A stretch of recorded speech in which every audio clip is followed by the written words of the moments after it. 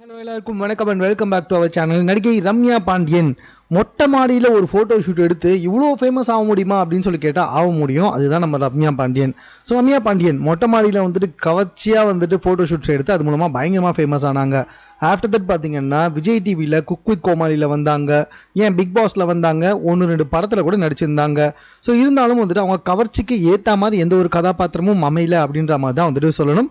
Because அவங்களுடைய Instagram பக்கத்தில் பார்த்தீங்கன்னா பயங்கர கவர்ச்சியாக வந்து ஃபோட்டோ ஷூட்ஸ்லாம் போட்டிருப்பாங்க. பட் அந்த மாதிரியான எந்த ரோலுமே அவங்களுக்கு கிடைக்கல. ஸோ இப்போ அவங்களுக்கு கல்யாணம் ஆகிட்டு செட்டில் ஆகிடுவாங்க அப்படின்னு சொல்லிட்டு எதிர்பார்த்தா அதுதான் கிடையாது. எனக்கு எண்டே கிடையாதுரா அப்படின்ற மாதிரி ஆஃப்டர் மேரேஜுக்கு அப்புறமாவும் நான் கவர்ச்சியாக தான் வந்துட்டு ஃபோட்டோ போடுவேன், அது மட்டும் இல்லை கவர்ச்சியான பல வாய்ப்புகள் வந்தாலும் நடிப்பேன் அப்படின்ற மாதிரி தான் வந்துட்டு சொல்லி வந்துகிட்டு இருக்காங்களாம். அதுக்கு ஏற்ற மாதிரியே தற்போது வந்து பார்த்தீங்கன்னா ஒரு ஃபோட்டோ ஷூட் எடுத்து அதை வெளியே விட்டுருக்காங்க. அதுவும் பார்த்தீங்கன்னா ரொம்பவே உச்சக்கட்ட கவர்ச்சியாக தான் இருக்குது. ஸோ ஆஃப்டர் மேரேஜ் வந்துட்டு ரம்யா பாண்டியன் இவ்வளோ கவர்ச்சியாக இருப்பாங்களான்னு சொல்லிட்டு யாருமே எதிர்பார்க்கல. மேபி இதுக்கப்புறமா அவங்களுக்கு தமிழ் சினிமாவில் நிறைய வாய்ப்புகள் வருவதற்கும் நிறைய சான்சஸ் இருக்குது. இது சம்பந்தமாக உங்களுடைய கருத்து என்னன்றதை கமெண்ட்டில் தெரியப்படுத்துங்க. மேலும் இது போன்ற செய்திகளை உடனுக்குடன் தெரிந்து கொள்வதற்கு நம்ம 60 செகண்ட் சேனலை சப்ஸ்கிரைப் பண்ணுங்க.